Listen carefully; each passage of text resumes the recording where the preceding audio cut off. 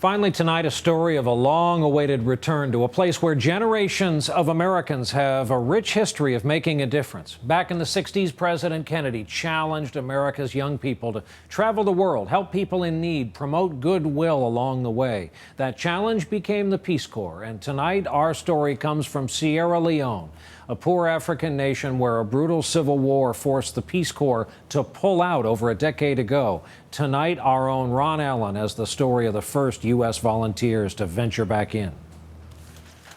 Jessica Arians now does without so many things she took for granted back home in New Hampshire. She draws well water for a morning bucket shower. Breakfast is fried chicken and pineapple, made by the family she's staying with in this rural African village. It's hard being away from home. It's hard waking up and thinking someone was saying I want an Starbucks iced coffee, and you know that you're not going to get that for 2 years. Arians is among 37 U.S. Peace Corps volunteers just assigned to Sierra Leone, a desperately poor nation devastated by a decade-long civil war, and so dangerous, even the Peace Corps pulled out. 16 years later, the first American trainees are back, learning the local language, preparing to be teachers in schools so ravaged, students often don't even have books or pencils. Scott Sawyer was a firefighter in Northern California. You know, when things are hard, they're good, and that's kind of what the Peace Corps is about. The most important step is learning to live like the people they're here to serve. I wanted to be in a situation where I could lend my skills to people who actually need it. And there's no better place than here. Ikenna Achalihu has his possessions in a single room. No running water or electricity, just a few comforts of home. This is very basic. Very basic, yeah. Bare minimum, that's right. Sarah,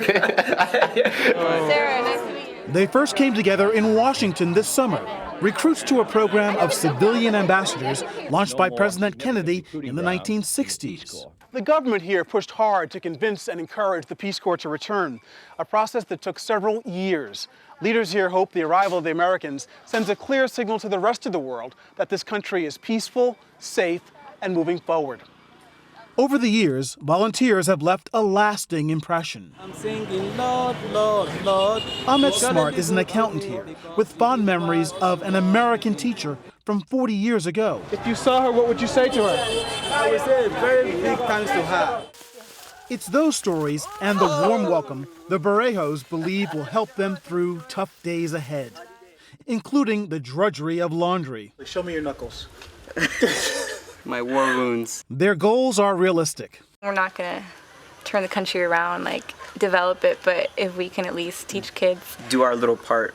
about what we know, that's something to us. They're carrying on what's been a tradition and adventure for young Americans lending a hand in far-flung corners of the world. Ron Allen, NBC News, Bo, Sierra Leone. And because they are carrying on a great tradition, in the almost 50 years since the Peace Corps started, more than 200,000 Americans have served, after all, in 139 countries. We've asked our viewers to submit photos from their Peace Corps experiences. You can see a gallery of the images. Submit your own. That's nightly.msnbc.com. We're calling it an electronic reunion. That's our broadcast for this Wednesday night. Thank you for being here with us. I'm Brian Williams. We sure hope to see you right back here tomorrow evening. Good night.